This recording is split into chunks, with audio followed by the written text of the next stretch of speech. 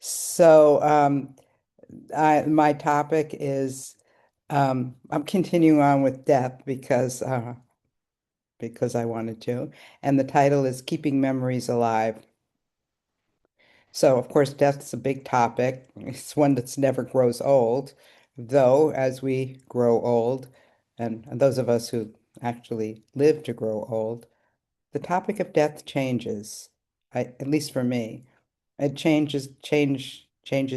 from something sort of off in the distance to something that feels close by. So, and then my next thought was the topic of death is focused on in most or maybe every spiritual and religious tradition. And after I wrote that, I wondered if it was really true.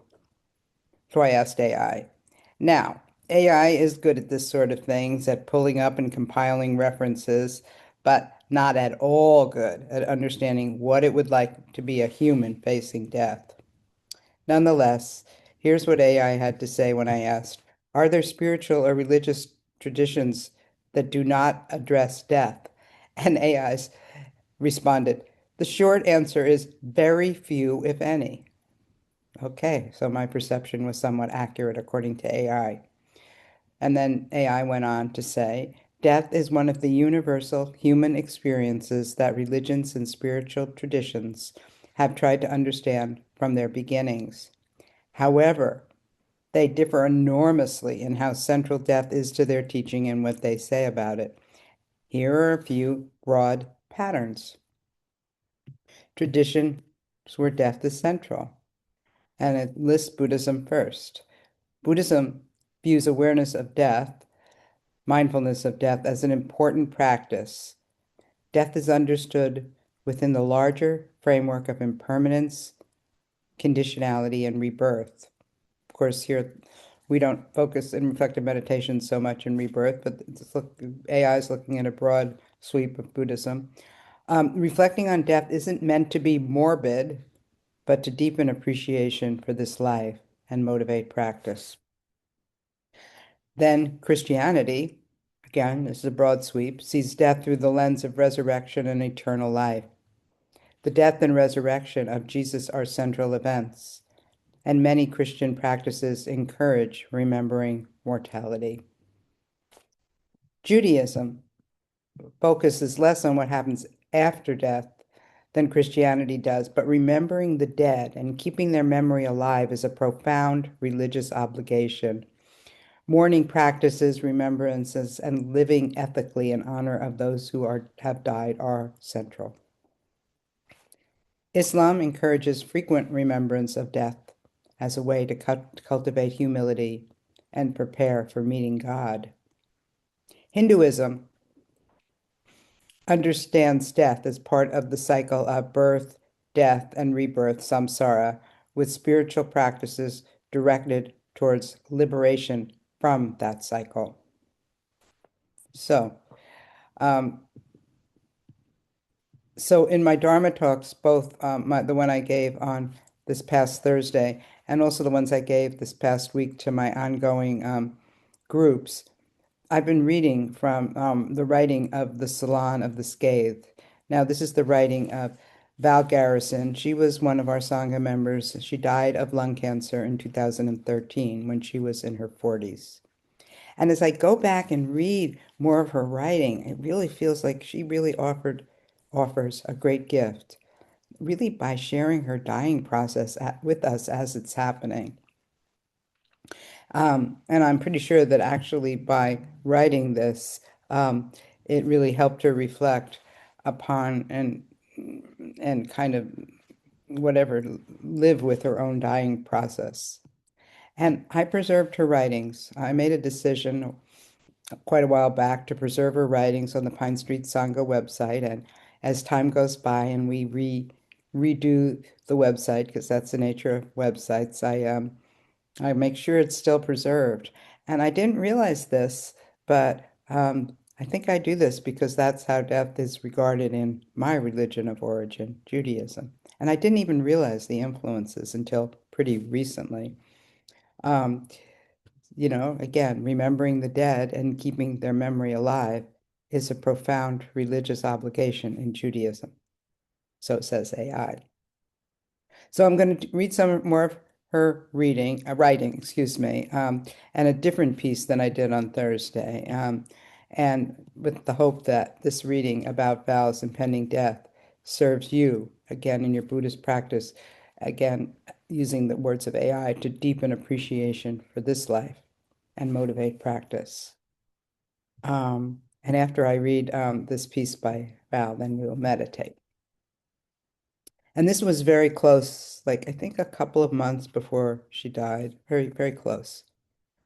And when I am up nights coughing, throwing up, when the utter fragility of this life is so lurid, I try to imagine my hands opening up, watching things float off. I cannot ride my bicycle, I cannot climb this hill, and I try to feel peaceful about them. Ah, well, it's okay to change, I say. It's okay to become something else. And it's like I'm talking my horse through sharing a trail with a rattlesnake. Easy, easy. And yes, I think my young life, this youngish life, I will lose it. This body will stop moving, will become waxen, and the people I love will have no choice to put it in the ground. Sometimes I look in the mirror and tell her I am sorry that she will be lost. But my life, there are picture albums of a time already past. I ran track in seventh grade. I was an awkward teen. I fell in love in my 20s, my 30s, my 40s. I remember so little of it. Isn't our past lost to us all? So here I am still, living an uncomfortable narrative. Maybe what I will truly lose is the moment after next. At some point, there will only be this moment and no next, and in ways we depend on, things we don't realize we depend on. For me, the world of possibility is already on hiatus. I am driving a body that I suddenly realize is ephemeral, and I can't quite sort out who is me and who is she, or whether the distinction is important. I imagine her end as quiet and dark, but mine, I do not want quiet and dark because I am a body alive, and life only wants itself. I am curtained by the knowledge and desire of a body that wants to live, but is filling with tumor, a body that it's lost its way, and where she goes, I go. I spend a lot of time thinking about what stones might know, the family of beings that never know death. I think about the vibrations of quantum physics and what implications that might have for an afterlife.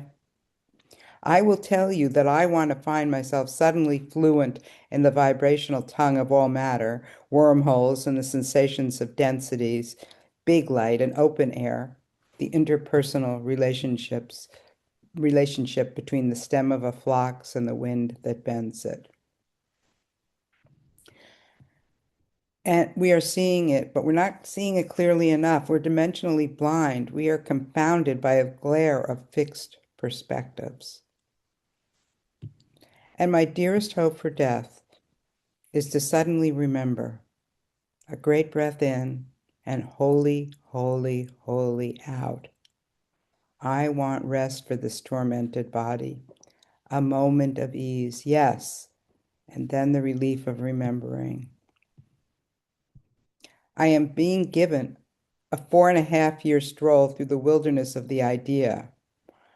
I wouldn't know how to fall in a hole and suffocate the same way now. The panic is done, excuse me. The panic is done, thankfully. That was acute. That was bitter suffering. Now I am watching and waiting, trying to find places of connection and joy. And I think it's okay to die. It's what we're here to do. But it's hard to know how to act when you see it coming. There is no magical transformation, just love and the pedestrian march of days. And it is okay to live, and it is okay to stand and let the wave of grief crash over us. It won't kill us. That is what the death of my first girlfriend gave me. I learned to grieve, to have faith in the process. It is terrifying, and it changed me utterly, but it did not kill me. It is okay to become something else. It is okay to let the people we love become something else. So now we will meditate. Um, and we will all meditate, and I will ring bells.